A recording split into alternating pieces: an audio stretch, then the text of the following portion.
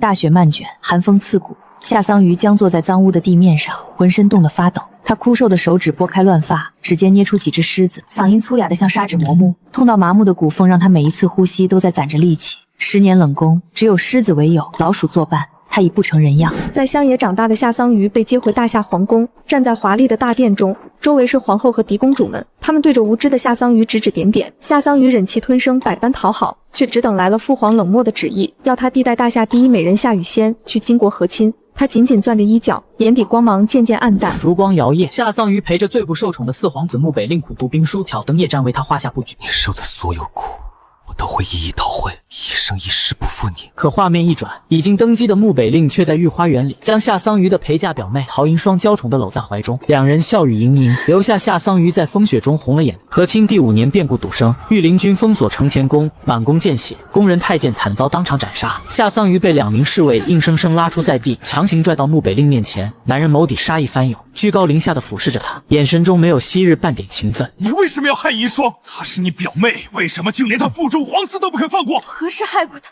就因为你爱上了她，便要把所有脏手泼到我身上。难道不是？你自己生不出孩子，就要害死朕与双儿的骨肉。若非朕及时赶回，双儿早一尸两命。太医院太医与你是故交，你身为皇后案动手，易如反掌。你还有什么话好说？一尸两命？那我腹中的孩子呢？我3次胎死腹中又算什么？你已是皇后，孩子没了，咱们可以再生。曹银霜算什么？我那嫡长姐姐夏雨仙还待在闺中，等着陛下迎娶呢。大夏第一美人配你这金国皇帝，正好被我说中了，所以恼羞成怒。我倒要看看曹银霜知道你要娶夏雨仙，还能不能装得这般温婉善良。住口！银霜身份虽不配为后，做个贵妃，她温柔懂事，不像你善妒歹毒，贪心不足。贪心不足。和亲第1年，秋烈遇刺，我替先帝挡道，你冒领功劳，我第1次失了孩子。第2年你染天花，我伺候医院落下病根，第2次没了孩子。第3年北门兵变，我身中一刀难以受孕。第4年是我帮你扳倒对手，如今你登基不过1年，就要废了我。穆北，你当年的承诺都喂了狗吗？朕谁都不爱，只爱着江山。朕本没想杀你，你乖乖让出后位便可。等夏雨仙嫁过来，朕便举兵攻打大夏，一统天下。夏桑榆，你从头到尾不过是朕的一块垫脚石罢了。这皇位是我拿命换的，你凭什么一句话就要夺走？就凭朕不爱你，就凭你蛇蝎心肠，德不配位，就凭你相貌粗鄙，生不出皇子。雨仙貌美心善，你连她的替代品都算不上。她若心善，她若心善，为何要构陷我腹中骨肉？你屡次行阵，分明是你心肠歹毒，老天都看不下去。你年近30，连个儿子都没有，我诅咒你一生无子，江山易主，永世不得你！竟敢诅咒朕！来人，打断他全身骨头，打入冷宫，让他求生不得，求死不得！皇后夏桑榆5年无子，触犯7出，擅妒狠毒，谋害皇嗣，德不配位。即日起，褫夺后位，打入冷宫，钦此。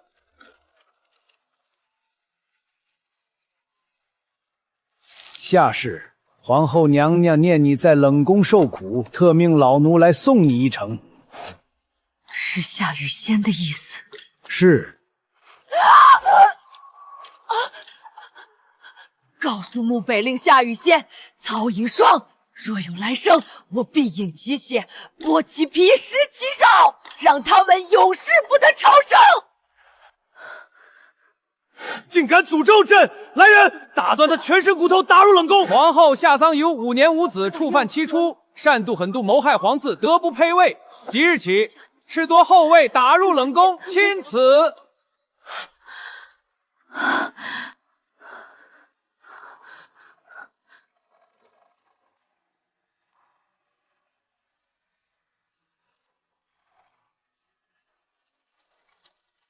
娘，可算醒了。你跟银霜上山采药，从半山坡滚下来，摔破了头，整整睡了3天，可把娘吓坏了。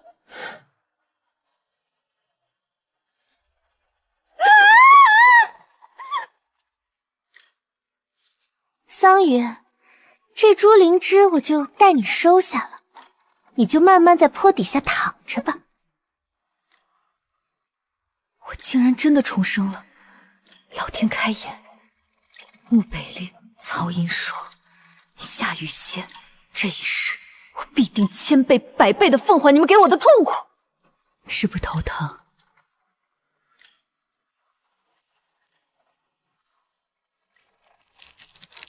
快把药喝了，娘偷偷藏了颗糖，喝完就不苦了。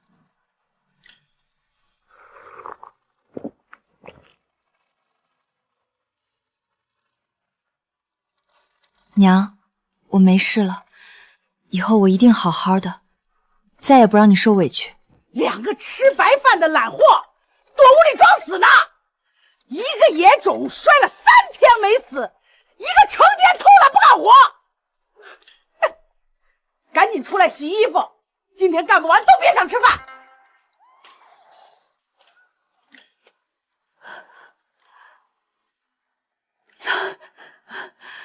你坐着别动，娘出去看看，你别往心里去。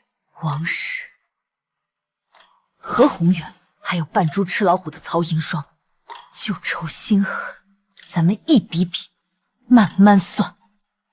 我夏桑榆再也不会任人宰割。夏氏，皇后娘娘念你在冷宫受苦，特命老奴来送你一程。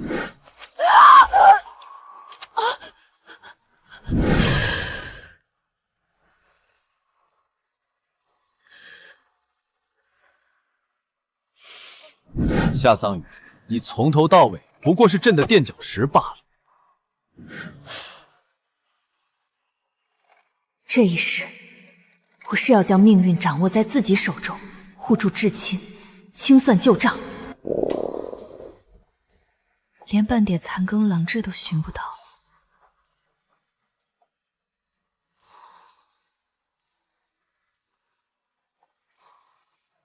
娘还在熬夜做活计。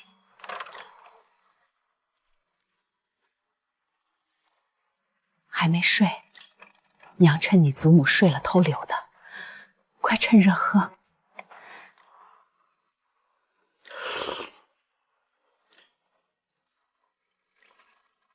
娘，再等等，我们以后再也不用过这种日子了。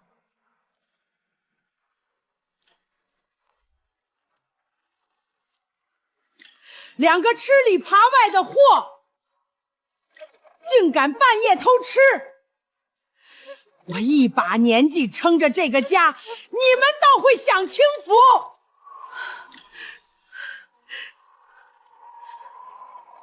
婆母，桑榆摔破了头，1天没吃东西了。我明天多干1倍的活，您消消气。嗨，滚开！不下蛋的丧门星，何家门后全是你刻的。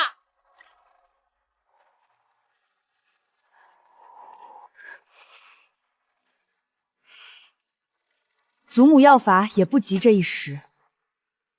我如今头破血流，真要是出去干活，村里人瞧见了，只会说您苛待孤女，坏了何家名声。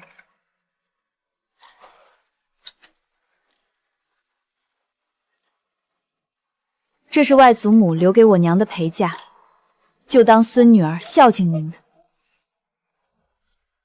竟敢私藏好东西！嘿，行吧，今晚这事就算了。准你明天再歇1天，后天一早立刻跟银霜上山采药，少1样活都别想吃饭。桑榆，那是娘唯一的念想，给了她就再也拿不回来了。娘，您信我，一只簪子换2日安稳值，不出3个月，我不仅要把簪子拿回来，还要让所有欺负过我们的人加倍奉还。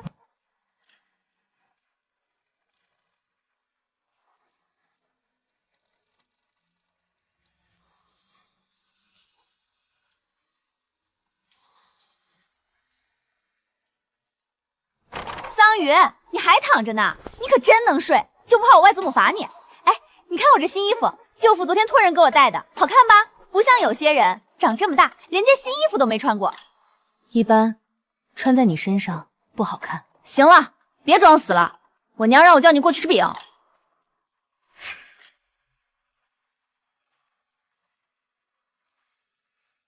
前世姑母劝我带曹银霜一同入宫，说姐妹俩也好有个照应，我信了，到头来却是引狼入室。这一世，我照样会带你去那繁华京城，只不过我要亲手把你捧到高处，再狠狠摔进地狱。我警告你，摔下山的事不许跟我娘提半个字，就说你是自己脚滑摔的，不然有你好果子吃。我知道了，表妹，我什么都不会说的。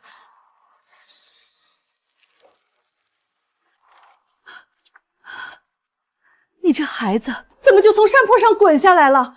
可把你娘吓坏了。娘，都怪我没看好他，他自己不小心踩空了，可把我也吓着了。姑姑，我当时就觉得背后有人推了我一把，没站稳就滚下去了。不过许是我太饿了，头晕眼花，看错了也说不定。有人推你？饿？你上山采药，你娘没给你带吃的？祖母说家里粮食紧，不让多带。我没事的，姑姑，饿了嚼2口野草也能顶一顶。不怪表妹，她带的吃食也不多。你这孩子，出门怎么不分给表姐一点？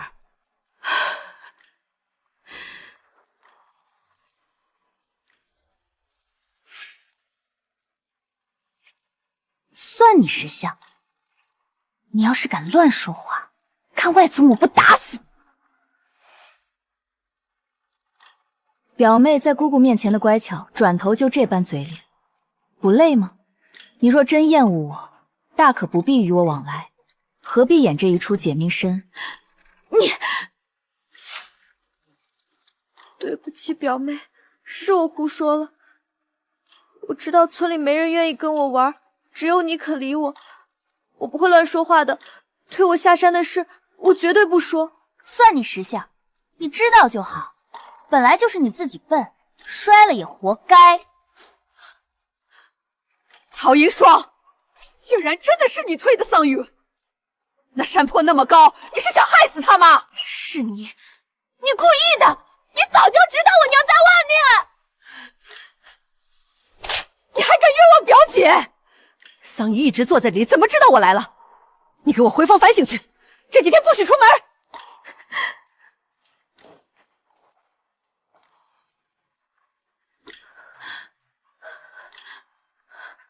姑姑，您别生气，表妹她肯定不是故意的。是姑姑没教好她，委屈你了。这衣服你拿着穿，饼带回去和你娘分着吃。走，姑姑送你回去，顺便跟你祖母说说，不能这么苛待你们母女。第一回合曹银庄完败，但这只是开始。接下来的3个月，我要一步步布好局，带着所有的仇与恨，风风光光的回那大夏皇宫。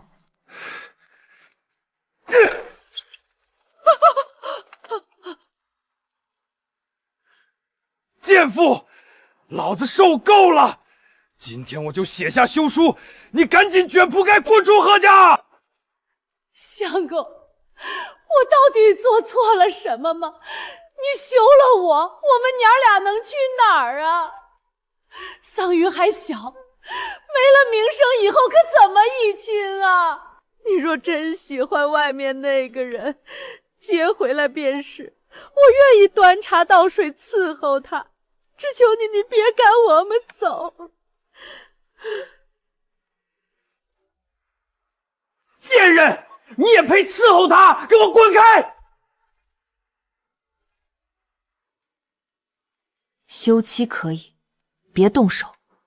再动一下，我让你这只脚再也落不了地。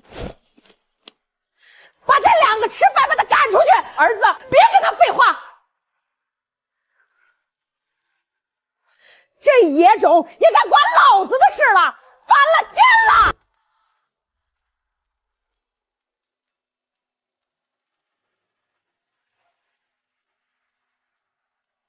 你还敢讲条件？在这家里哪有你说话的份儿？何宏远，你是10里8乡有名的郎中，最看重名声。你今天敢让我们净身出户，我就敢去村口说道说道，看以后谁还敢找你看病。要不，请村长来评评理。你竟敢直呼我的名讳！我是你爹！爹，15年里你给过我一口饱饭吗？非打即骂，连药都不肯给我一碗，你也配当这个爹？第一，不是休妻，是和离。第二，给我们娘俩100两银子做安置费，从此死生不相干。100两也行，李氏滚出去，你留下给我做妾。反正你我没血缘关系，这15年我也不能白养你。你尽管试试，就怕你外面那位不答应，更怕7村8寨的唾沫星子淹死你何大郎中。乡亲们，快来评评理呀！何大夫为了外室要逼死发妻啊！我娘当牛做马15年，如今连口药都不给喝，就被赶尽杀绝呀！这么个杀法，何大夫，何大夫，这孩子脸上的巴掌印都还在，你也太狠了！休妻也得给条活路，给点银子让他们过日子呗。你们懂什么？这是我家务事儿。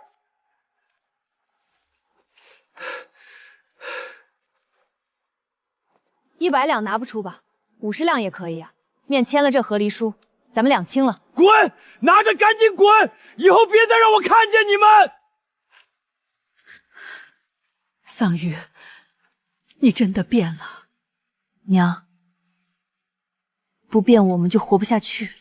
这只是开始，我会让何宏远身败名裂，断子绝孙。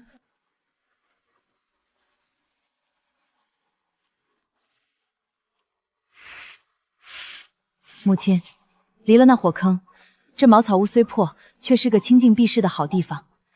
咱们先在此安顿。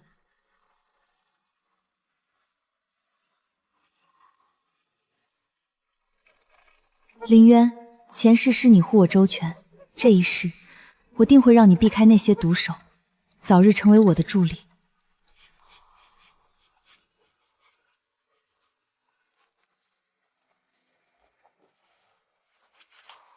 申公不认情，只认银钱。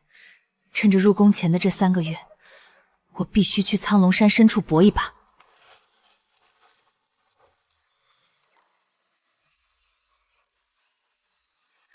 寻常灵芝换不了大钱，非得是那长在老林子里的野山参或千年灵芝才够。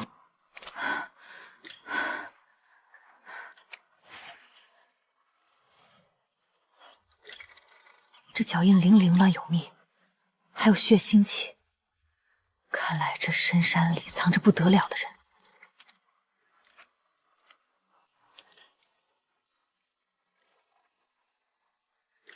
这是黑熊的洞穴，看这磨损程度，那黑熊怕是快回来了。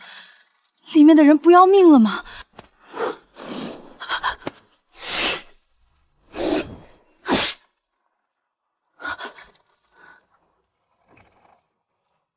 你是谁？为何鬼鬼祟祟跟踪至此？壮士饶命，我只是下山采药的，见有血迹，怕是路人遇险，才跟着来看看。我家主人重伤昏迷，姑娘既然采药，身上可有吃食和伤药，若能下注，必有重谢。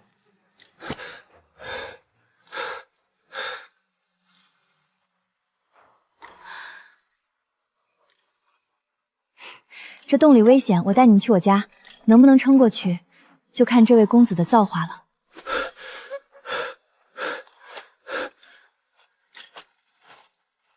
先给你家主子喂2口，你自己也喝些。你若是在这林子里倒下了，谁能护着他周全？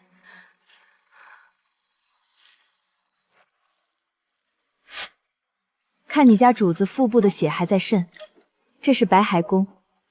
其果溶止血最是灵效，比你那些颠簸散掉的金疮药管用。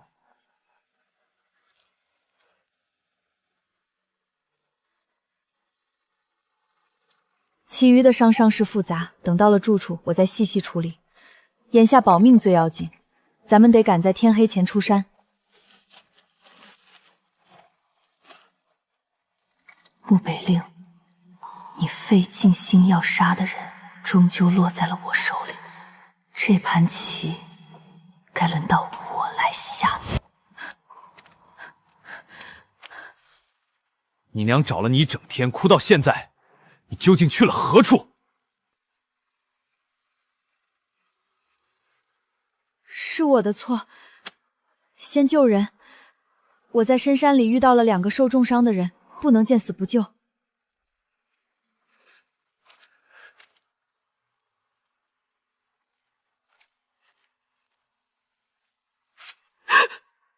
你还知道回来？你想吓死娘吗？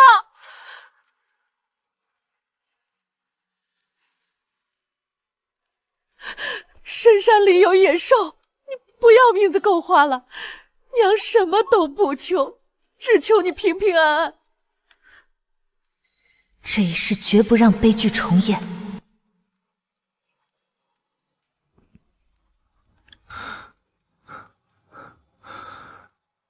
是你救了我。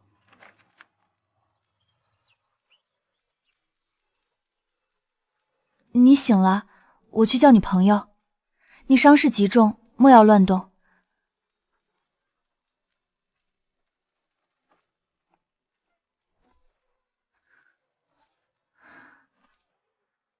你家主子醒了，进去看看吧。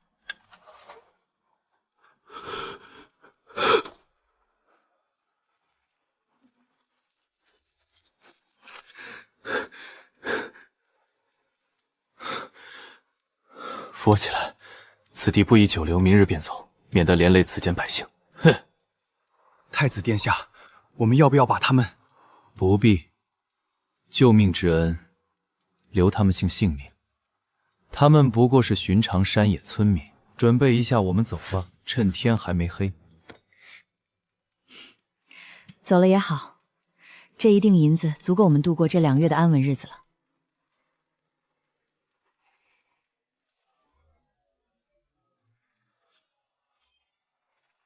奉旨寻访方文金簪，凡献出真品者，赏黄金100两；若有知情不报者，罪同欺君。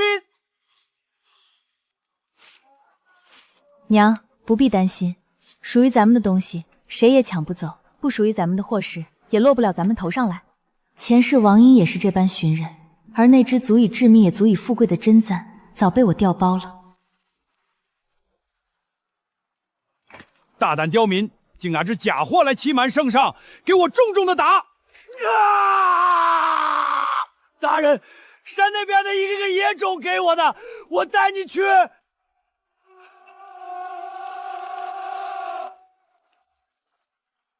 大人，就是这野丫头，真簪子一定在她手里，是她私藏了皇家重宝。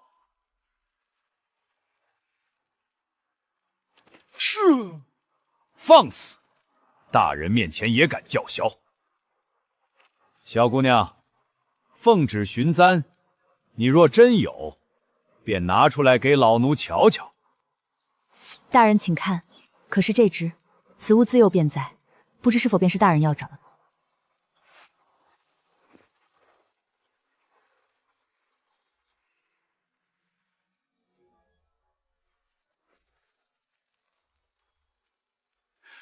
老奴王英拜见公主殿下，圣上之命寻访公主16年，今日终于找到了。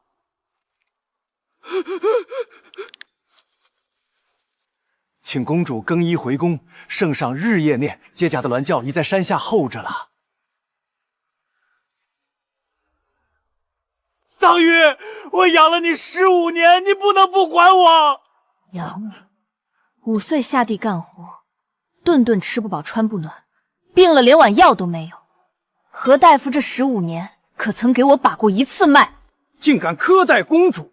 来人，杖子20！你个白眼狼，忘恩负义的野种！看在姑姑的面子上，饶了你爹这一回吧。公主，此事由您定夺。杖责10下吧。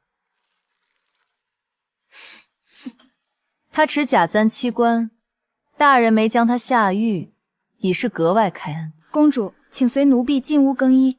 我娘的衣裳呢？公主，夫人已改嫁，按规矩不宜入宫。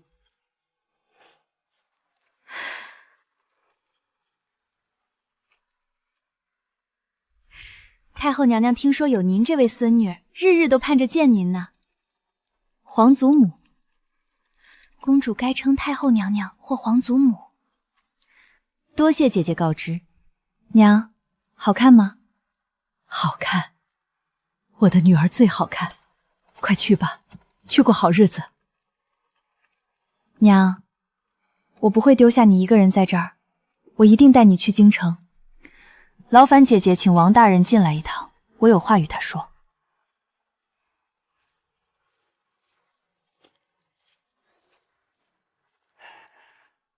公主有何吩咐？大人，我娘生我养我15年，护我周全。我若只身入宫，留她一人在此，迟早被何家欺辱。我不求娘入宫，只求大人准许她随我们一同去东京，在宫外寻一处小院，是自己负责。这是我们母女采药攒下的一点心意。到了京城，我再另谢大人。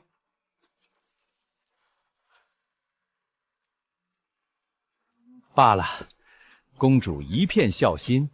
到了东京，咱家替夫人寻处清静院子便是。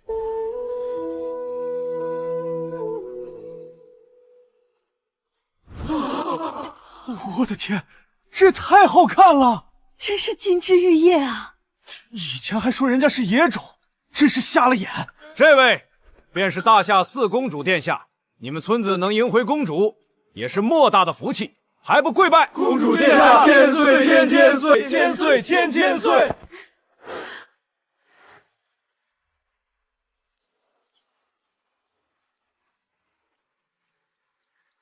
公主，时辰不早了，该启程了。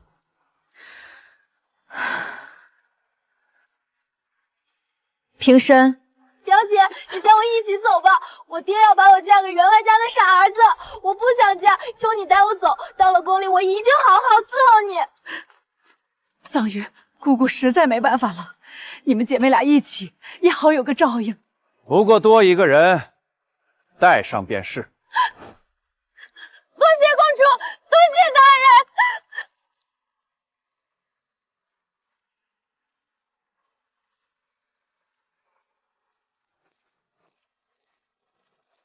王公公说话算话，这份安置家母的人情，桑榆记下了，来日定当重谢。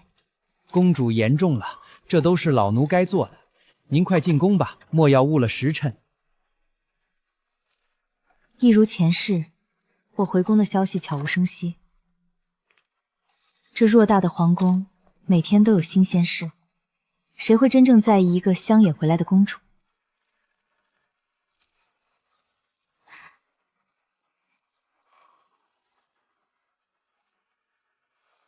奴婢见过四公主，公主一路辛苦了。终于进宫了，我也总算可以过上好日子了。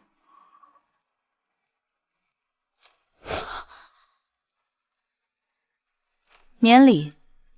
这云和殿虽偏，倒也干净。奴婢认错了人，请公主恕罪。见过四公主。桑榆，你以后有4个人伺候，什么都不用干了，真是好福气。曹姑娘，主从有别，往后该称呼公主殿下，免得旁人说公主府上的人没了规矩。私下里无妨。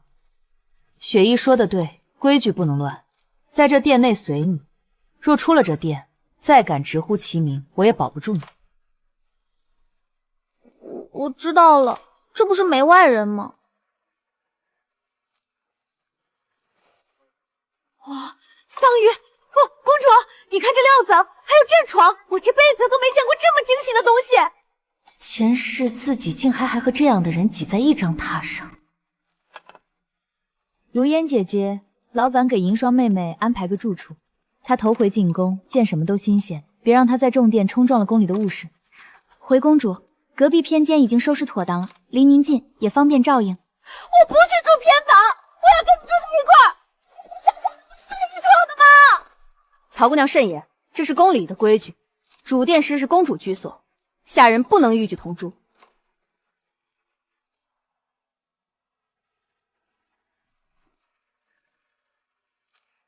公主，奴婢瞧着银霜姑娘走的时候还有些不害，可是路上拌嘴了，要不要奴婢去劝劝？许是我哪里没顾到，我们从小一起长大，她性子直，过2天就好了。公主稍后焚香沐浴，换身正式宫服，便该去拜见太后娘娘和皇后娘娘了。至于陛下，这会处理朝政得等传召。我知道了，按规矩办就是。公主，您看，外头下雪了，正好赶上您回宫，这可是大吉大利的好兆头。瑞雪兆丰年，确实是个好兆头。公主竟然还读书识字呢，奴婢以前听闻乡间女子是不读书的。以前偷学的，趴在四湖墙外听的，挨了不少打，才认得几个字。公主，这都是些什么书啊？看着神神秘秘的。不过是普通的一本书卷罢了。天凉了，准备沐浴吧。总有一天，我会让这大夏皇宫再不敢轻视我半分。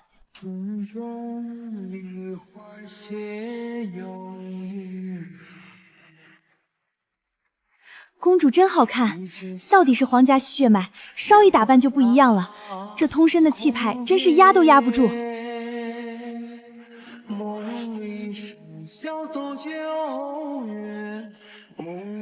公主，咱们该动身了。寿安宫路远，别误了时辰。太后娘娘最是看重规矩，咱们宁可早到，不可迟了。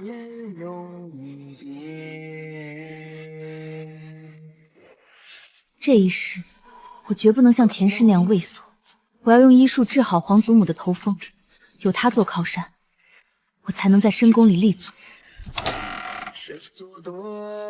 桑榆，带我一起去吧，你走里就剩我一个，我害怕。我也想去给太后娘娘请安，沾沾福气。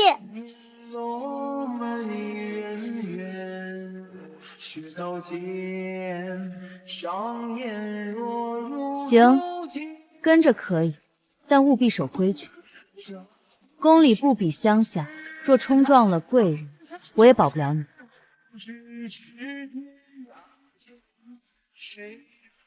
公主，以后您别总喊我们姐姐，宫里规矩大，被贵人听见是要治罪的。您从今往后直呼我们的名字就好。是我不懂规矩，多谢您提醒。以后若有不妥之处，还请如云你们多多指教。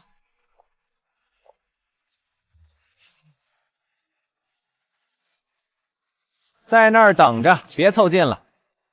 咱家现在进去通报，太后见不见，还得看娘娘的心情。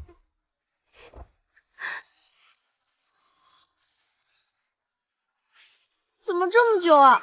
太后就是这么对待亲孙女的，也太不把你当回事儿了。咱们在这儿都快冻成冰块了。住口！你想掉脑袋，别拉上我。再惹事，现在就立刻回云和殿去，以后也不必跟着了。必须守住规矩。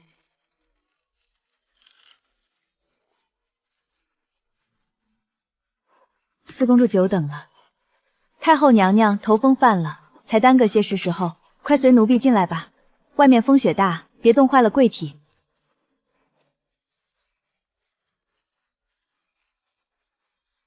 有劳两位姐姐跑一趟，乡下地方没什么好东西，一点自制的小玩意儿，姐姐们别嫌弃，留着压个发汗也好。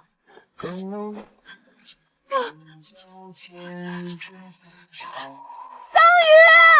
你快跟他们说说呀！我得跟着你进去伺候啊！你怎么能把我丢下？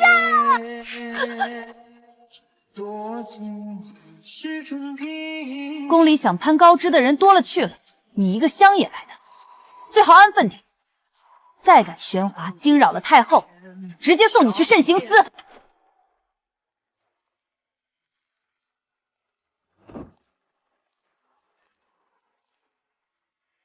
这一世属于我的尊严与权势，我定要亲手全部夺回来。太后您瞧，模样倒是周正，有几分皇家风感，只是这身后的泥土是得费些时日才能洗净的。四公主到了，快给各位娘娘行礼，莫要失了分寸。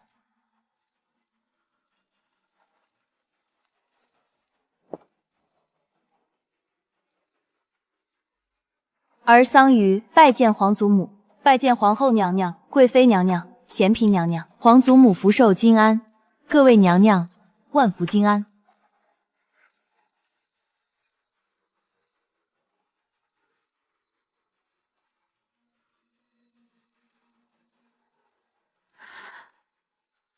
这礼仪规整有度，分寸分毫不差，哪里像是乡野长大的孩子？抬起头来，让哀家好好瞧瞧这孩子的模样。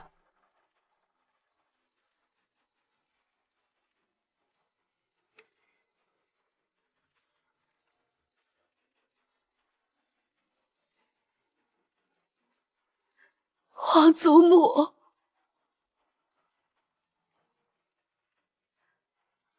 好孩子，怎么哭了？快起来，快告诉哀家，这桑榆二字是谁给你取的？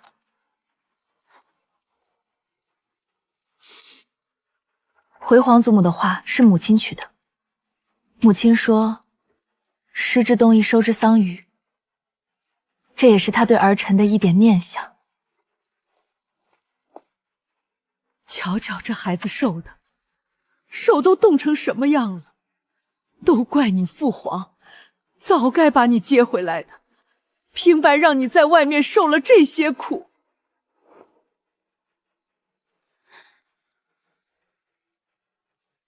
往后在这宫里，有哀家护着你，没人敢再让你受半点委屈。太后您注意身子，您瞧这眉眼，和陛下年轻时一模一样。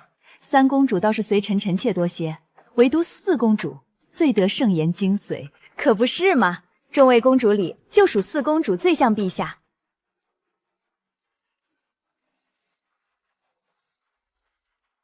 仙儿、风儿他们呢？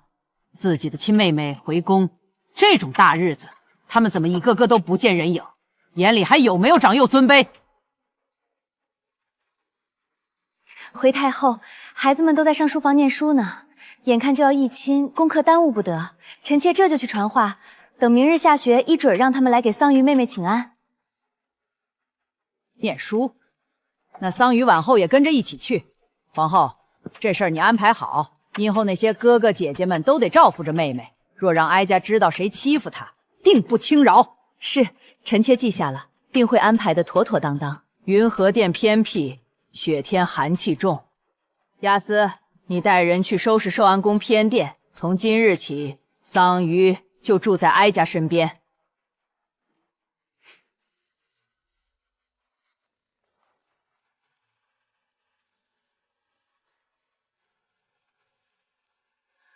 皇祖母，云和殿已经很好了。孙女儿长这么大，从没住过那么暖和宽敞的屋子，还有一柜子新衣裙。桑榆心里满是知足，往后孙女儿每日早早过来给您晨昏定谢，伺候您喝茶用膳，尽尽孝心就好。好孩子，是哀家考虑不周。既然你喜欢云和殿，便先住着。只是来套路远，天寒地冻的，苦了你了。能日日见到皇祖母，孙儿心里就暖，一点都不苦。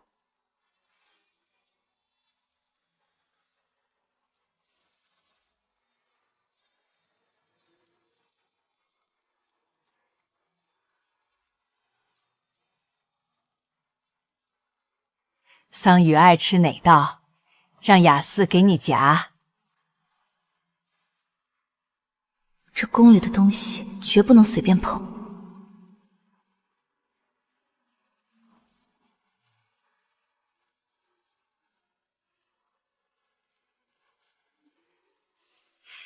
就这个吧，在家乡常吃，别的菜我都叫不上名字。快给四公主夹这个，再把红烧狮子丸、香酥鸭胆都端过去。小河蟹剥了壳，让四公主尝尝鲜。北方长大的孩子，怕是很少吃这些海味。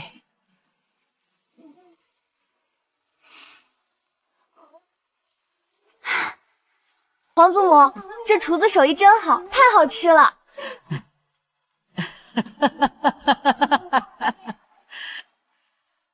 你的生辰是腊月23，刚在路上过了，是不是？回皇祖母，是。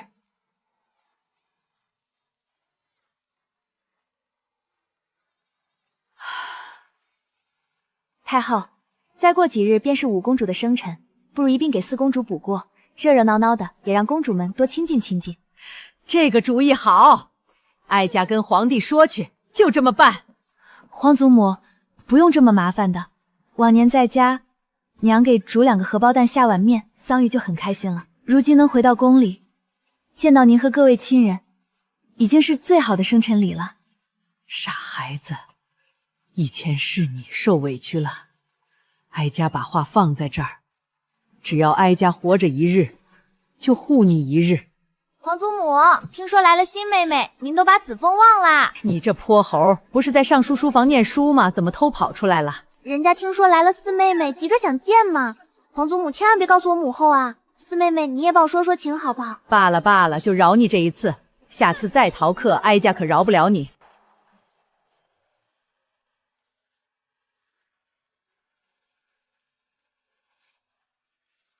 公主，奴婢真替您高兴。太后娘娘疼爱的孙辈本就不多，您头一日进宫，就让太后娘娘这么的惦记您。皇祖母心善，自然愿意垂怜晚辈。但我瞧皇祖母晚膳吃的并不多，平日里她老人家胃口都这样浅吗？可不是嘛，太后娘娘这几年胃疾缠身，经常吃不下东西，宫里的汤药就没断过。今儿是见着您高兴，才阔力多吃了2口。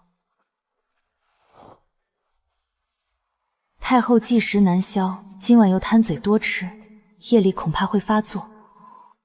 若是在这时候出岔子，难保没人要把这账算在我的头上。如云，你先回云和殿，给银霜姑娘送些晚膳过去。如烟，你随我再去一趟寿安宫。公主还要去见太后，这会儿宫门恐怕都要落锁了。走吧。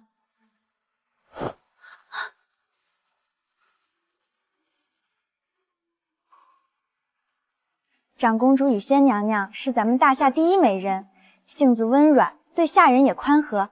3公主子凤娘娘最是活泼讨喜，唯独5公主。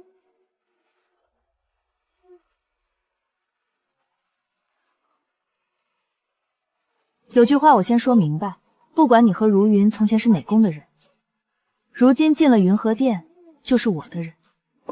真心待我，我必不会亏待你。奴婢记下了，定当忠心侍奉公主，绝无二心。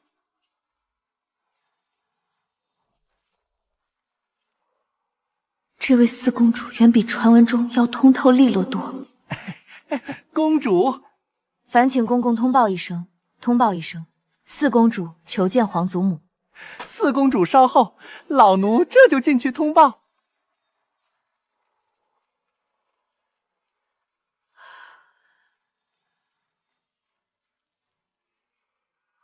太后，虚实后您从不外见，4公主刚走又回来，未免太不懂规矩了。奴婢这就去打发了吧。慢着，一个孩子深夜折返，定是有缘故。外头天寒地冻的，让他进来，别冻着了。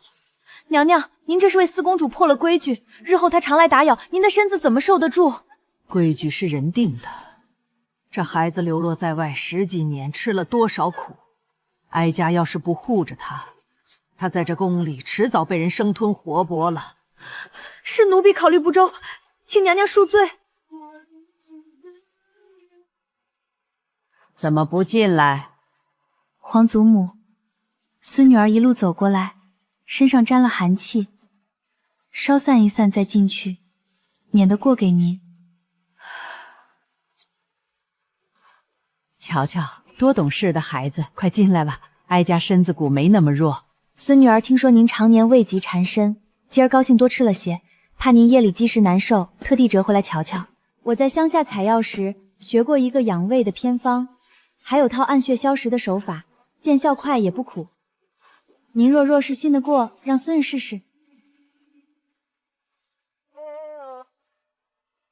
好，哀家信你。过来，让哀家好好瞧瞧你的偏方。是，孙女儿定会轻着点儿。这一刻，她知道自己已在深宫中钉下了第一块基石。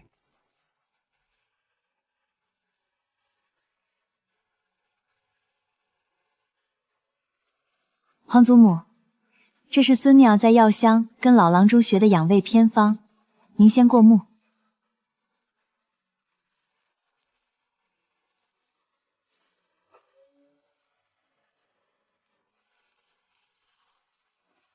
去请梁院判过来，瞧瞧这方子能不能用。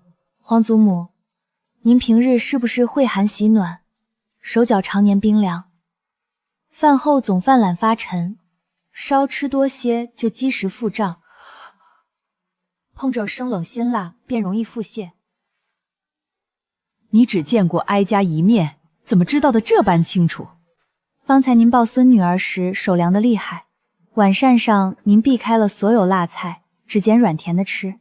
瞧您眉头微蹙，想来这会儿腹胀难受着。起来吧，你这孩子倒真是心细，不管方子管不管用，哀家都领你这份孝心。皇祖母，汤药见效慢，孙女儿还学过消食养胃的穴位手法，不如让我帮您按一按，先缓一缓腹胀。孙女儿愿以性命担保，绝无半分差池。不可，太后凤体尊贵，怎能随意按捏？公主心意我们领了，还是等御医来吧。嬷嬷，眼睁睁看着皇祖母难受却什么都不做，才是真的不孝。罢了，你且试试。哀家这陈年旧疾，御医都束手无策，真能缓解，算你大功一件。果然脚底冰凉。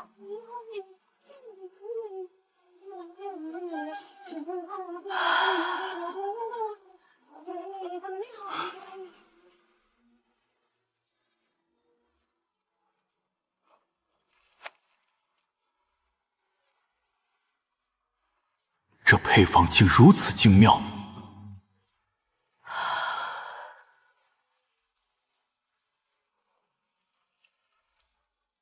梁院判，你瞧瞧桑榆这方子到底可行不可行？妙，实在精妙。太后这胃寒图疾，臣等一直忌惮附子心裂，不敢重用。可这方子里之附子配肉桂，温阳散寒，力道正好，再佐茯苓、苍术健脾止泻，看似简单，配方却堪称神来之笔。这是桑榆孝敬哀家的，没想到我们桑榆竟还精通药理，都是乡下土法子，登不上大雅之堂。皇祖母日后饮食还要多留心，生领油尽量忌口，早晚喝些温软的小米粥，最是养胃。公主所言极是，正是调养之道。好孩子，你想要什么赏赐，尽管开口，哀家都准你。孙女儿什么都不要，能回到宫里见到皇祖母，孙女儿已经知足了。能帮上您一点小忙，我便觉得自己不是没用的人。我娘说，心里难受时候吃颗糖，日子就甜了。皇祖母也尝尝。傻孩子，以后私下里就多来哀家这。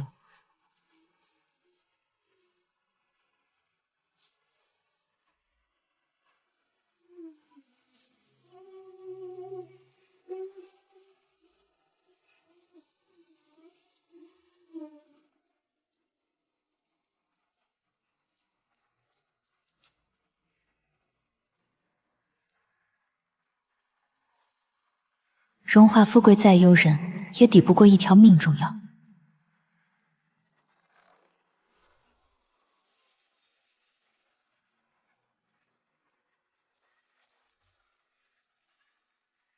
人都死哪儿去了？公主殿里冷灰死燥的，连口热乎气儿都没有。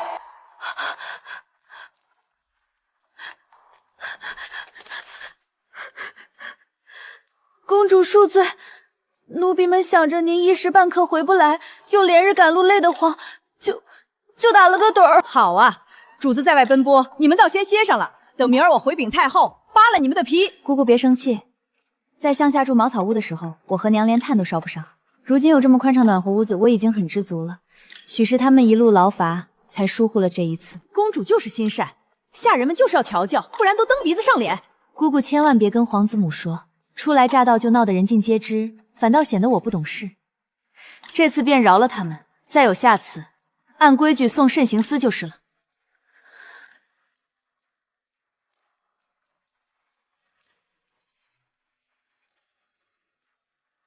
还不快谢公主恩典！多谢公主恩典，多谢公主。公主得尽快选个长侍宫女，首饰、衣物、月例用度都得有信得过的人管着。明日5更记得去寿安宫晨昏定省，规矩半分不能落。多谢姑姑提点，我记下了。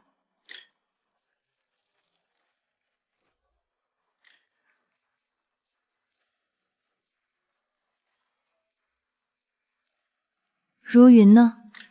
回公主，如云姐姐在曹姑娘房里。都起来吧，今日累了，都下去歇着。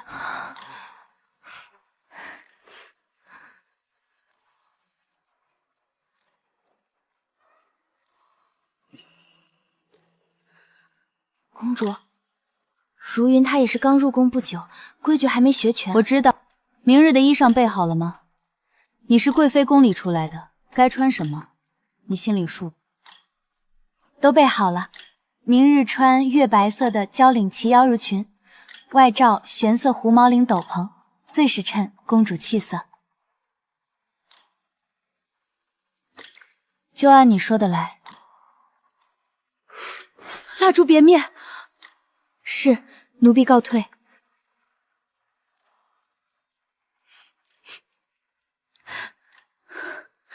黑暗太像冷宫那10年。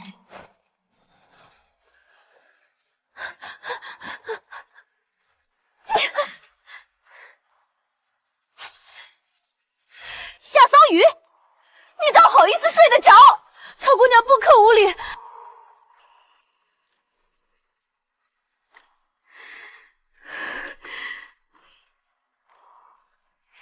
这副张牙舞爪的模样下，这得藏着多大的野心！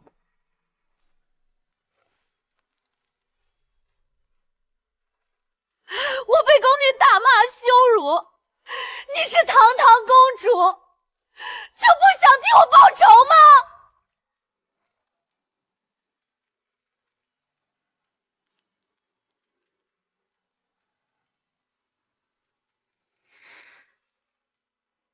你是怎么脱身的？是容贵妃娘娘的人救了我。贵妃娘娘坐在轿子里，温柔又好看，是我这辈子见过最美的人。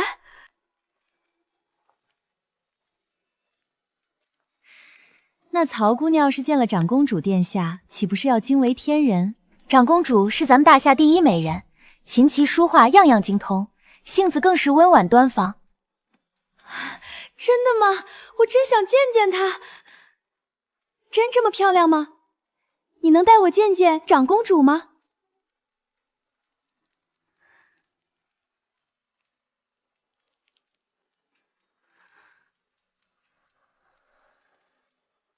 容贵妃、夏雨仙，这对母女的手段我再清楚不过。曹英霜这颗棋子，这么快就被盯上了。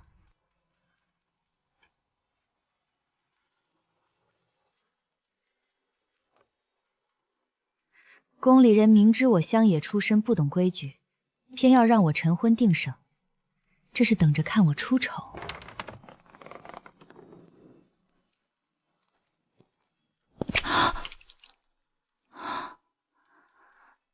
公主怎么醒这么早？他们人呢？如云在备暖炉，雪衣、雪雁在扫院中的雪。等您从寿安宫请完安，便去上书房。除了各位皇子公主，还有王公贵族的世子公子们一同念书。梳个最规矩的双环髻，肃静些就好。今日你随我去寿安宫，让如云留下照看银霜。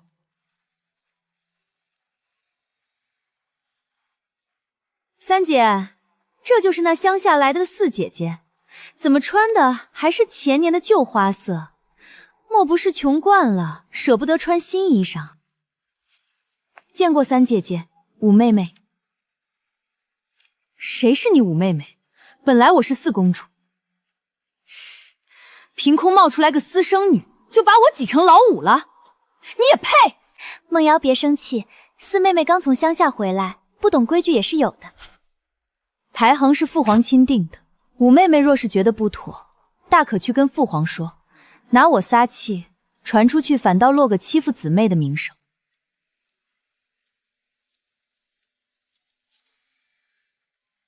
五妹住手！桑榆妹刚入宫，规矩不熟，你该多提点才是，怎么反倒欺负人？长姐姐果然来了。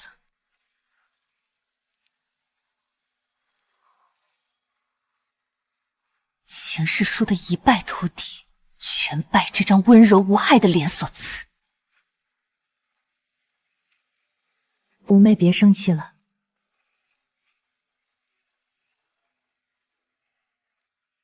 四妹只管去请安，五妹年纪小不懂事，我来说她。长姐，我就是跟她闹着玩的，谁让她一上来就叫我五妹，我听着别扭。你看，梦瑶就是性子直，没有坏心。四妹宽宏大量，别跟她一般见识。咱们是一家人，别伤了和气。长姐说的是，我自然不会怪五妹妹。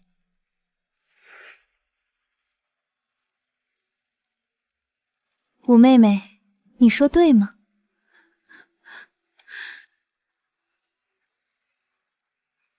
这才对，走吧，咱们一同去给皇祖母请安。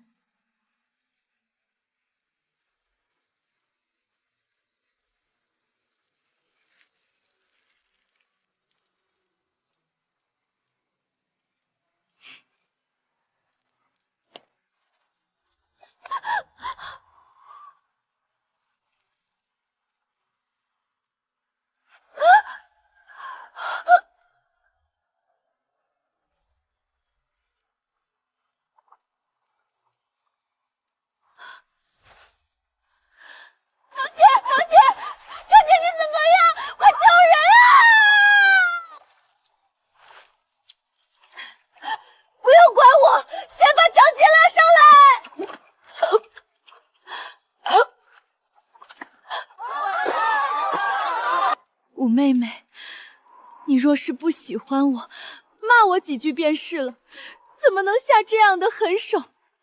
险些连累了长姐。我没有，我只是想绊倒他，是他故意拉着长姐下水的。三姐姐，你看见了对不对？都是我的错，是我没站稳了。长姐，快去更衣吧，别冻坏了身子。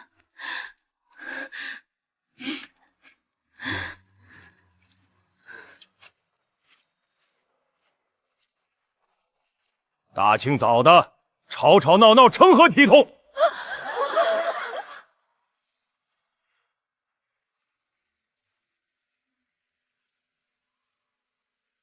仙儿怎么了？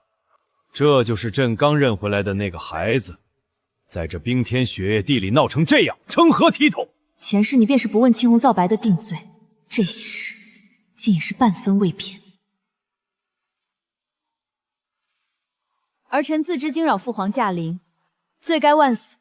只是此间情由，并非如父皇所见这般简单。我的儿啊，怎么弄成这样？这么冷的天，要是冻坏了你的身子，可让母妃怎么活啊？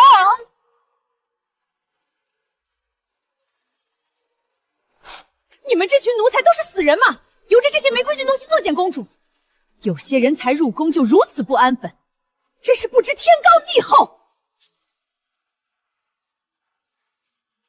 你就是桑榆，刚入宫第2日就把宫里闹得鸡犬不宁，朕看你是在乡野野惯了，竟连最基本的规矩都不懂。这位四公主真是命途多舛，才见圣王就触了龙威，往后的日子怕是难熬了。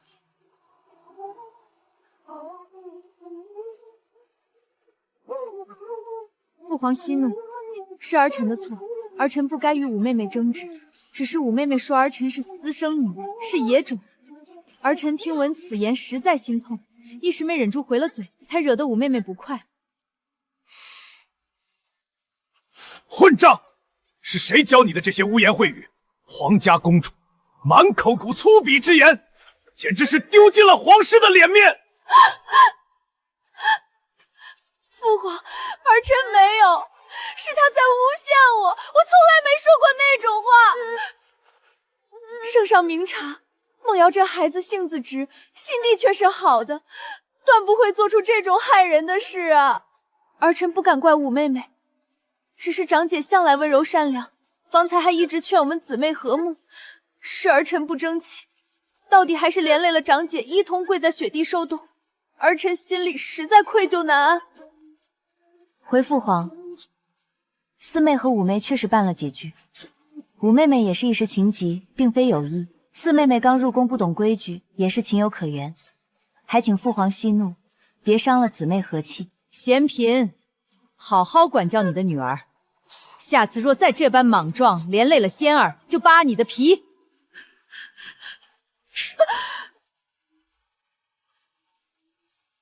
五公主骄纵无礼，连累长姐，即日起禁足1月，好好反省。其余人都散了吧。儿臣遵旨。长姐方才受累了，还请回宫后好生调养。心里，四公主才进宫就闹出这等动静，在圣上面前落了印象，往后的日子怕是不好过呢。梦瑶挨罚是活该，至于桑榆那孩子，哀家倒觉得他未必简单，就看他能不能接住往后的风浪。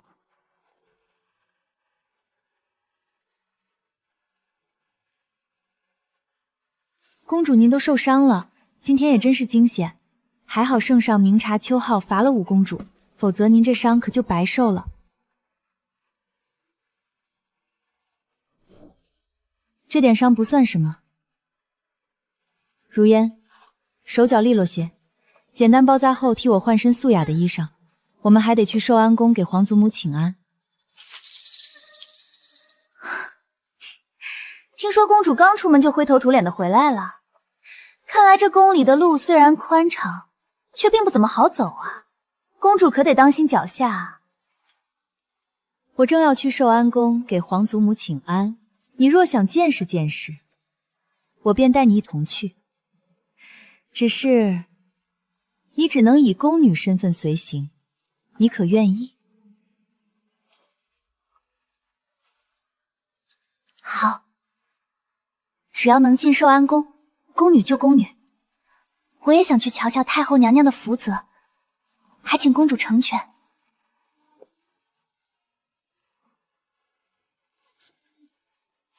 这地方可真气派，连地上的砖都在发着光。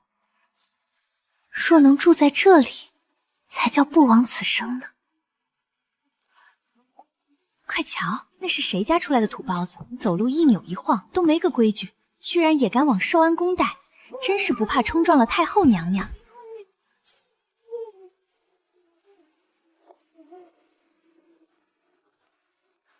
太后娘娘方才歇了会儿，让公主久等了，还请公主莫要见怪。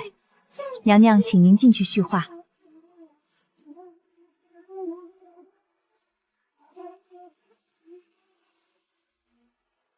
孙女儿桑榆给皇祖母请安，愿皇祖母万福金安，寿比南山。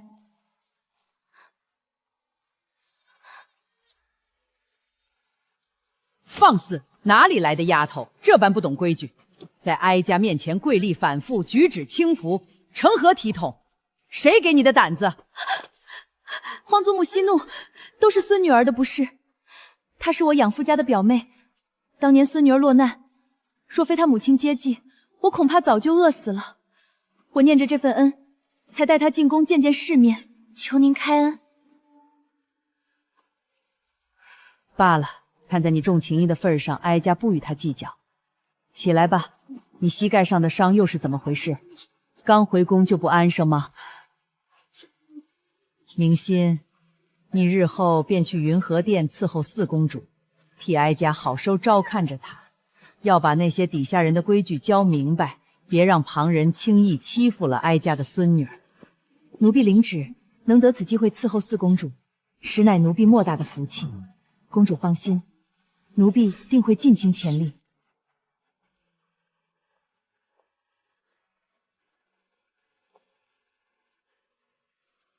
公主，宫里规矩大，您总跟着奴婢，被外人瞧见了，奴婢担不起罪责。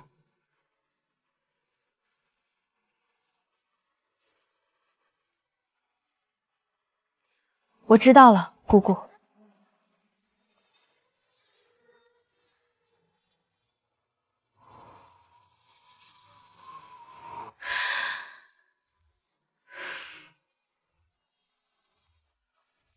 这一世，我绝不让恩人再落得那般下场。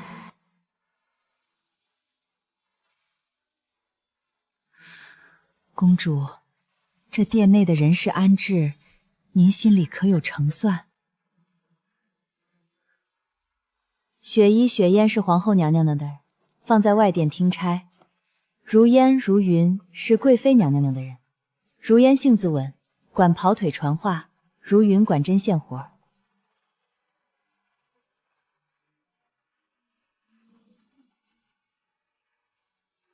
姑姑是皇祖母派来的，自然是长侍宫女。我屋里的吃穿用度，全凭姑姑做主。知道了，放心吧，公主。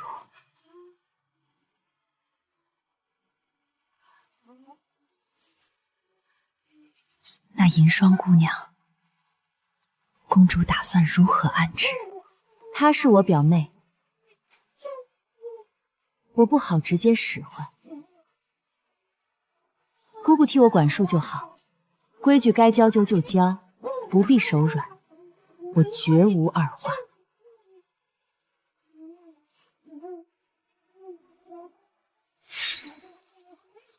公主，奴婢总觉得跟您似曾相识，不是奴婢攀附，是真心话。我也觉得姑姑亲切，这深宫里头，我能信得过的人只有姑姑。只要咱们一条心，我就能好好活下去。太后派来的人就是金贵，她一来，咱们都成打杂的。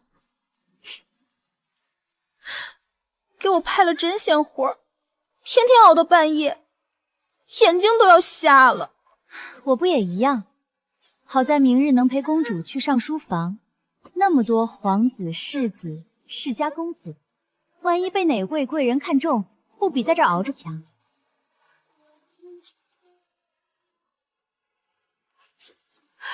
不必，想往上爬也不全是坏事。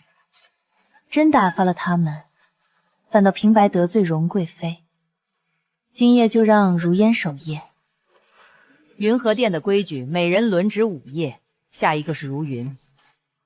你要是觉得差事苦，大可回贵妃宫里另谋高成。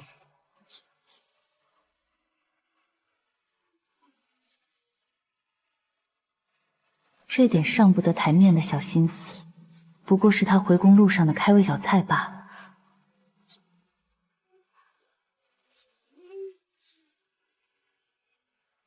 前世被夏梦瑶羞辱为村姑的窘迫，就在这公道上。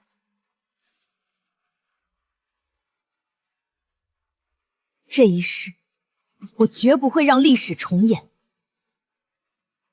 公主别担心，这里坐着的都是读书的体面人，明面上总归不会让您太难堪的。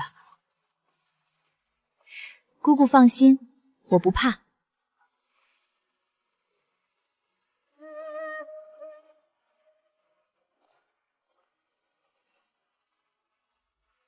大夏上书房，我夏桑榆回来了。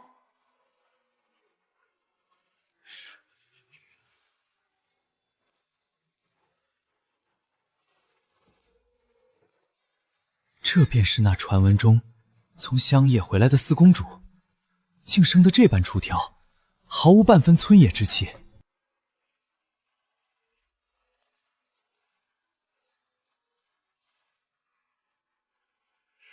诸位，这便是我那刚进宫的四妹妹，桑仪。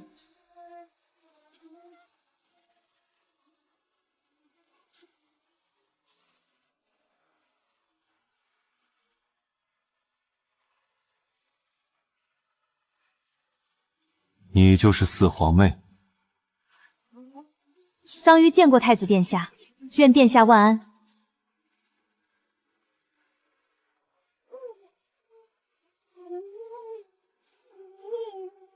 四妹妹，快过来坐，别在这儿站着，倒显得大家生分了。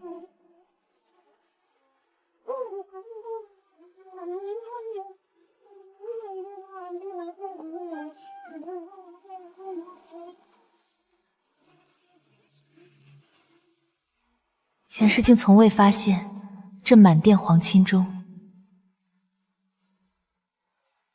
唯有七弟重林的眼底是一片坦荡。四妹妹，这位是七弟重林。四姐姐，今日一见，姐姐风采过人。七弟，原以为皇家子弟多是骄矜之人，今日一见，倒是个通透的。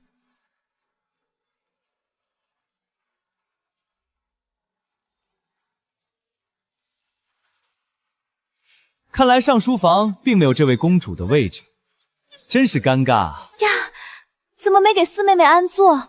要不你先坐梦瑶的位置？不可，梦瑶之位岂能乱坐？四妹妹功课既然跟不上，明日再来也不迟。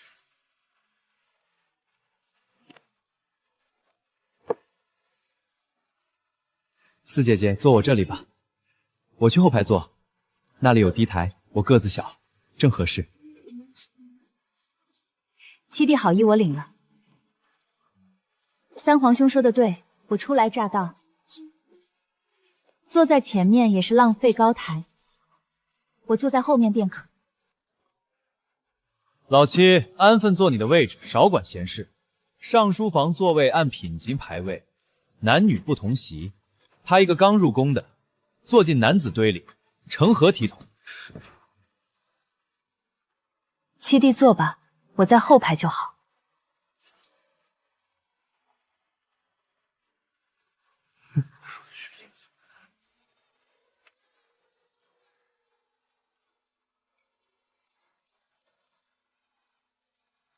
如此甚好，后排倒也清静，能静心研墨。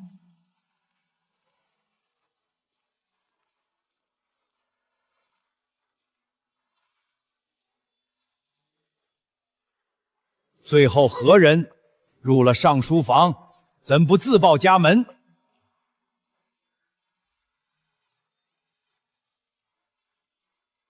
回太傅，学生夏桑榆。今日论题正是用人为贤，当不论门第出身。四公主，你且说说看法。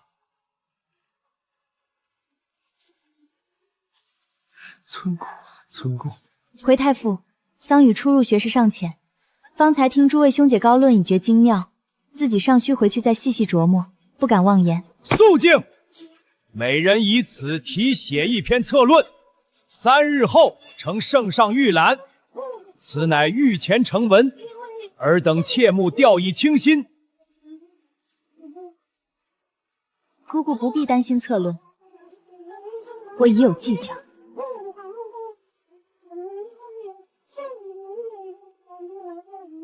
如今父皇最看重世家功勋，文章顺着这个意思写，定然不会出错。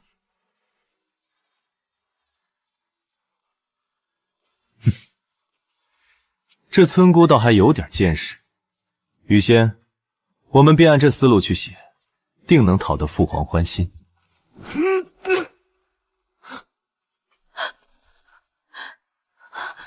简直荒唐！尤其是太子和仙儿，你们写的是什么东西？大夏江山是靠几个世家功勋撑下来的。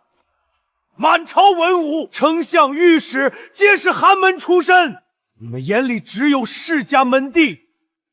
太子如此短视，这如何放心将这江山交予你？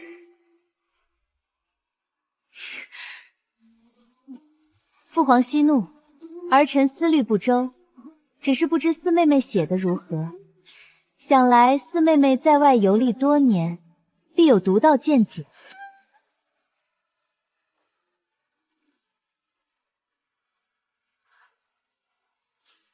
这当真是你写的？任人唯贤，不拘门第。夏桑榆，老实交代，从哪里抄来的？回京路上偶遇一位寒门书生，闲谈时听了这番见解，儿臣深已然，便记下了。若是父皇觉得不妥，儿臣如罚。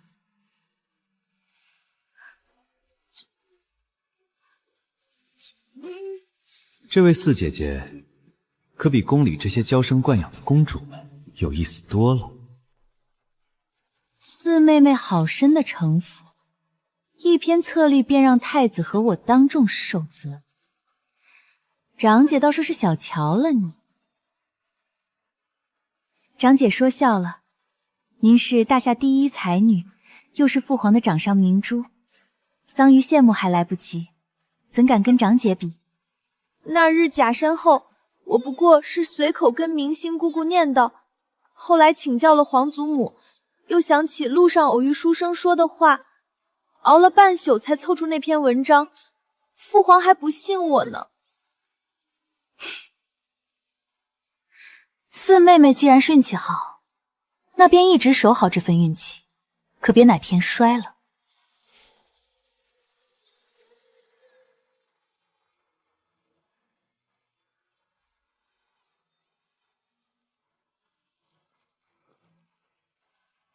公主，今日当众服了长公主和太子的颜面，往后他们定然不会善罢甘休。姑姑怕吗？这才刚刚开始，躲是躲不过的，唯有迎上去，才能活下去。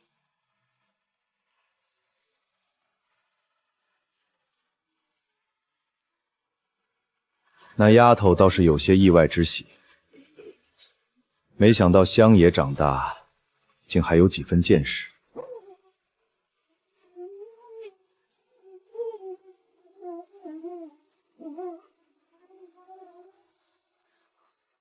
怎么，陛下这是舍不得了？和亲之事虽未定，但接他回来，本就是为了金国那边的打算。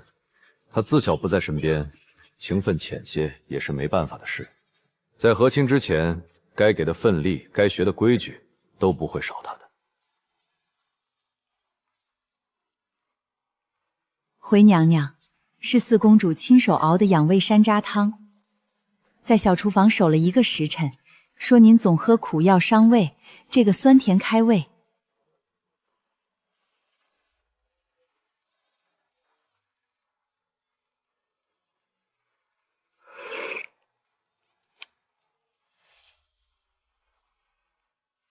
都听见了。皇祖母，孙女儿不想去和亲，听说金国冰天雪地，民风彪悍，我害怕。我想日日伺候皇祖母，哪怕只多待1天也好。孙女儿只是想在宫里多些本事。皇祖母，我想学骑马射箭，到了夜能自保。哀家准了，以后你每日都来请安，看谁敢欺负你。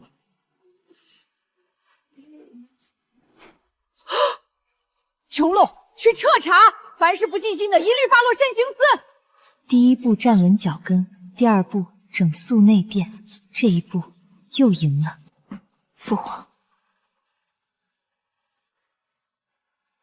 重活一世，你果然还是那般薄气。所谓的关照，也不过是为了大夏皇室的一张脸面。若不让皇祖母瞧见这满身的算计，他老人家怎会知道，这宫里的人是如何搓磨我这个未来和亲公主的。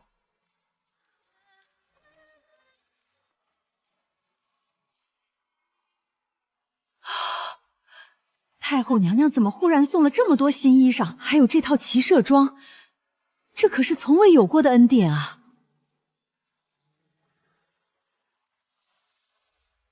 皇祖母准我学骑马射箭了，这布料不错，比御医局送来的那些旧料改的要强上100倍。这可不行！大夏除了长公主，旁的公主都不许碰骑射。荣贵妃和长公主若是知道了，定会借机生事。公主，要不咱们去谢恩的时候婉拒了吧？这是皇祖母的恩典，哪有推辞的道理？放心吧，是单独请了师傅教，不与旁人一处，姑姑不必担心。对了，姑姑，皇祖母宫里那2只绿鹦鹉看着很是名贵。前几日去请安，总听见他们在廊下说吉祥话。那可是南边进贡的上品，圣上特意孝敬给太后的。还有八哥、画眉，都有专人伺候着呢。这鸟儿聪明，能记不少词儿。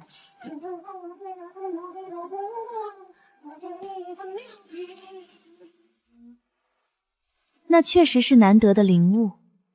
会学舌的鹦鹉，若是用得好，倒是个极佳的好帮手。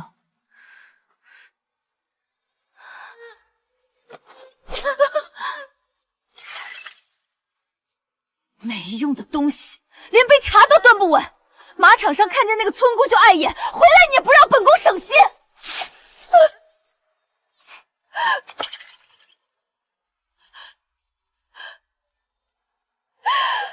公主息怒，奴婢知错了，奴婢该死，请公主饶命。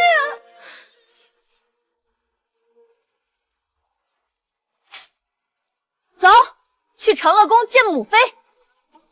本宫倒要看看，那个乡巴佬到底给皇祖母灌了什么迷魂汤。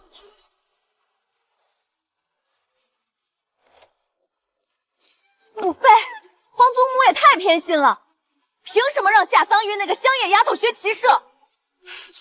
她算什么东西，也配和我一样？你急什么？他学骑射是为了替你去金国和亲。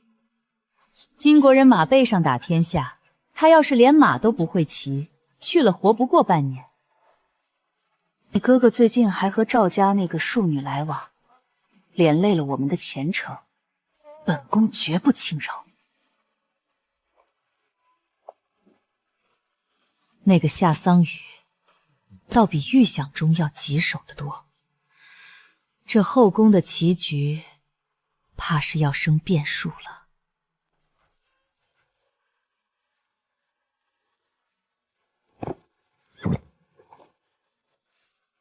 四姐姐一个人在想什么？七弟怎么过来了？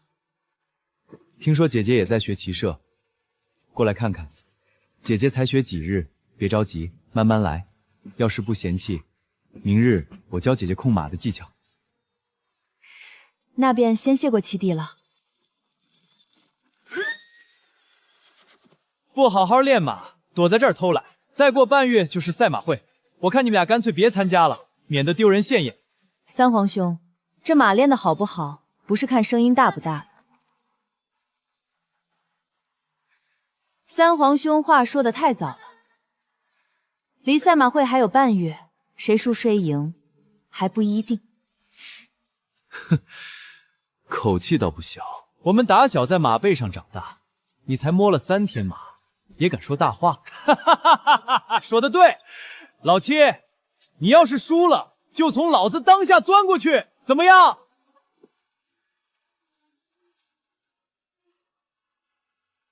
那若是三皇兄输了呢？我会输，你说，我输了随你处置。很简单，三皇兄若是输了，就从七弟当下爬过去。四皇兄做见证。三皇兄金口玉言，可不能反悔。你找死！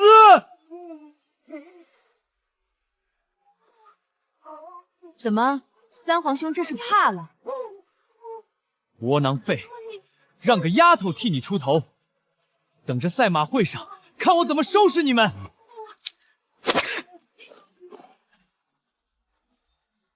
赛马场上，咱们凭真本事见分晓。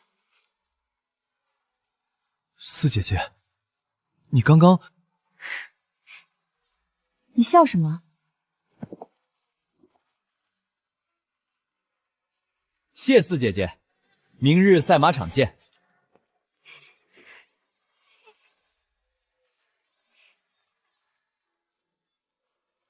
皇祖母喝我的雨前红景，女儿亲自烹的。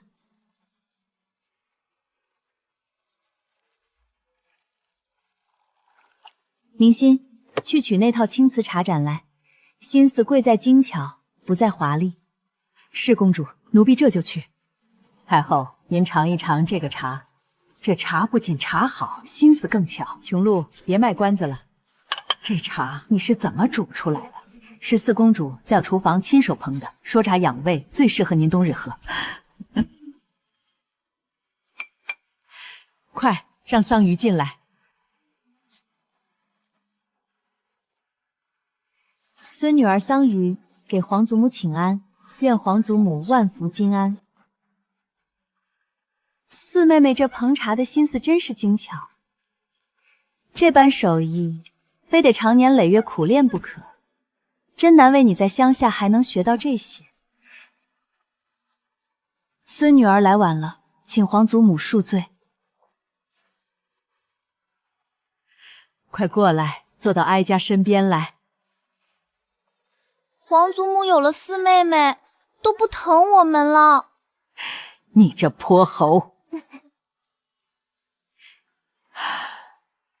桑榆这些年辛苦了也，你们多疼疼她是应该的。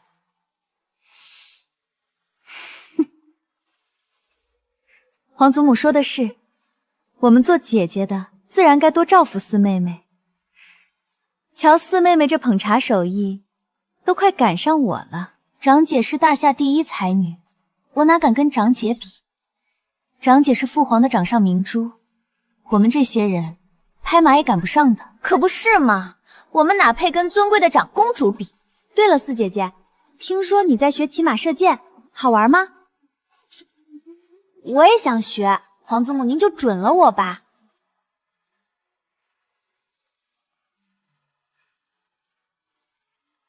你们细皮嫩肉的，学那个做什么？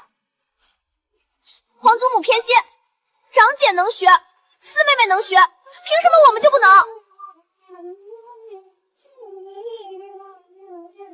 三妹妹有所不知，四妹妹学骑射是为了日后去金国和亲做准备。金国女子人人善骑射，四妹妹自然要提前学着。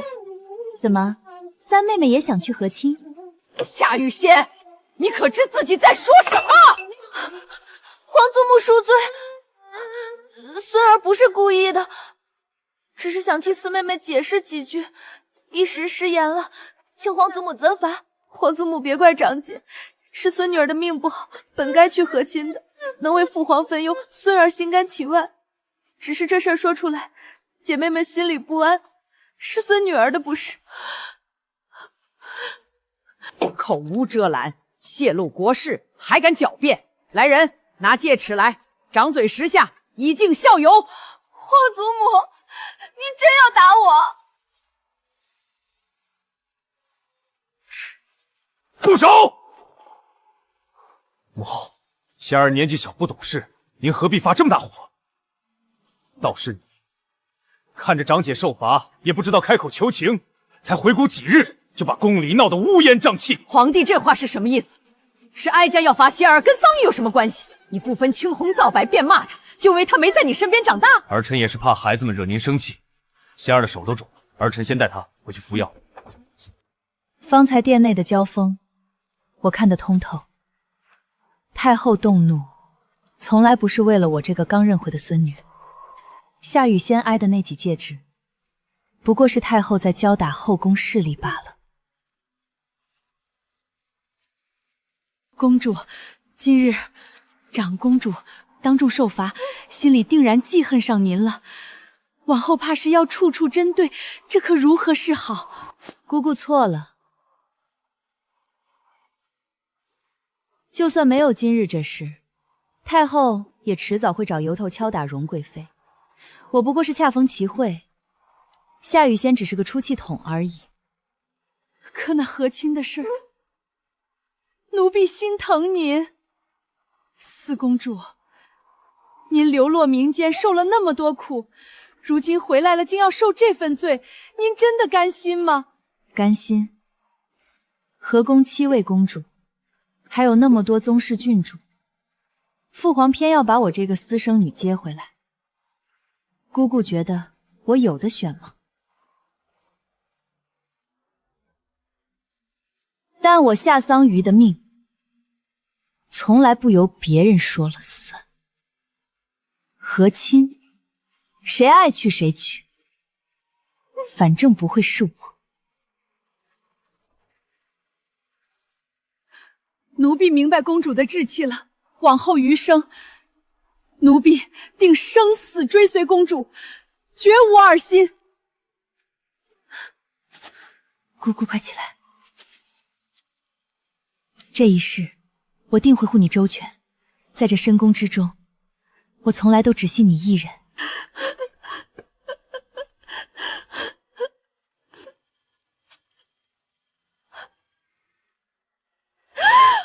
我长这么大，父皇都没我说过一句重话，今日却丢尽了颜面。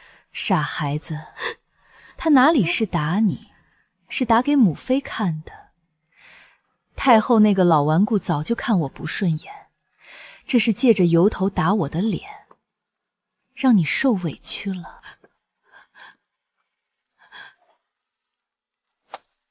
可那个夏桑林，现在有太后撑腰撑护着他，万一皇祖母真的要把我送去和亲，这可怎么办？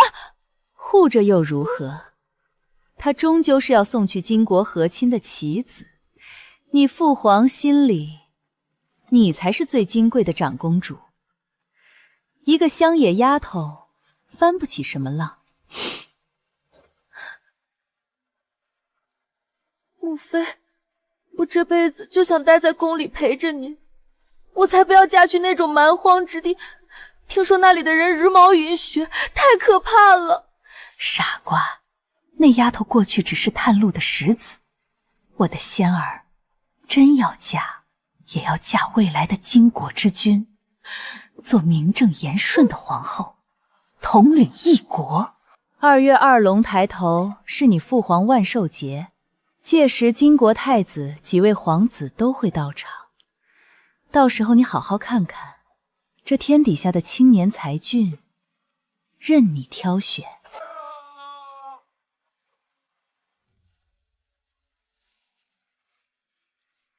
圣上怎么这么晚还过来？天寒地冻的，千万别冻着，臣妾看着心疼极了。仙儿受了委屈，朕不放心。明日朕让人送匹通体雪白白貂过来，给她做件斗篷，也算压压惊。是臣妾没教好仙儿，惹太后生气了。不怪太后教训，只要圣上心里有我们母女，臣妾便死而无憾了。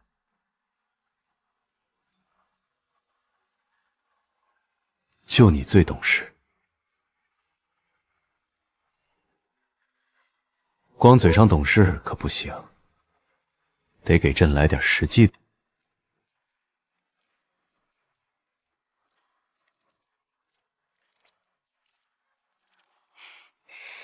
今日公道倒是比往常冷些，走快些吧，免得误了课时。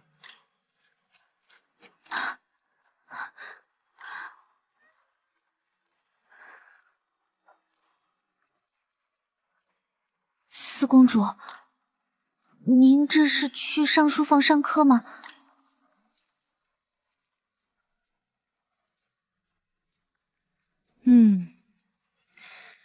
这么早拦住我，可是有事儿？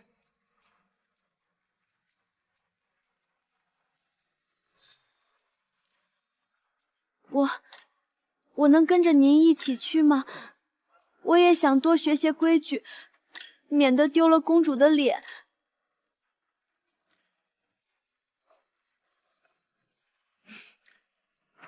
正好今日明星姑姑歇着，你便和如烟陪我一道去吧。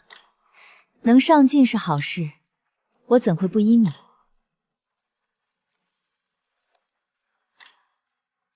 让他跟着去，怕是要生事。他那性子，哪里是坐得住听课的主儿？他既然主动凑上来，我不成全他，反倒显得我小气。去把我那身浅绿质织花流苏裙取来，给他换上。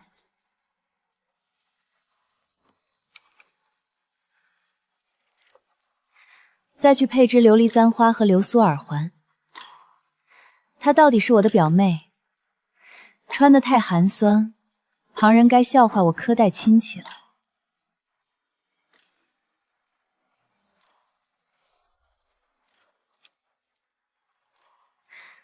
这身衣裙和首饰本该是我的，她一个落魄表妹，凭什么能穿得这样体面？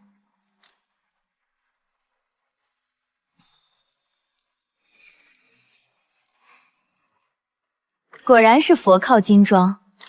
银霜，你穿这身倒真像个金尊玉贵的大家小姐了。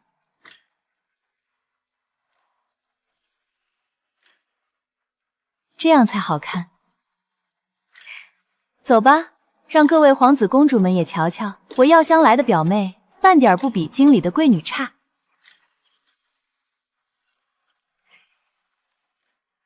表妹莫要紧张，今日你只需跟在我身后，礼数周全便是，其他都有我在。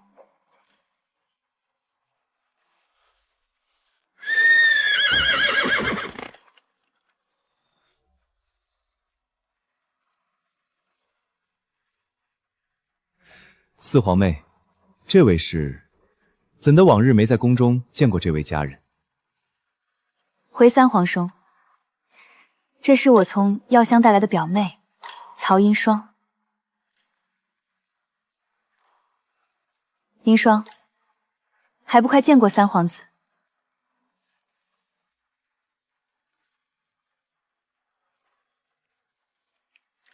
银霜见过三皇子。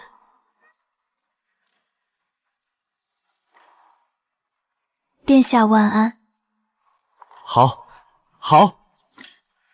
四妹住的云和殿太偏了些，改日我跟父皇说说，给你换个近些、气派些的宫殿。三皇兄今日好兴致，竟和四妹妹聊得这般投机。哟，这位标致的小姐又是哪家的掌上明珠？三哥眼光就是好，药香果然是风水宝地，出了四妹妹这样的才女，还有这么位珠圆玉润的美儿。老四说话注意分寸，四妹妹的表妹，岂是你能随意调侃她？莫要失了皇室体面。戏台子搭好了，咱们先走吧，别让上书房的老太傅等久了。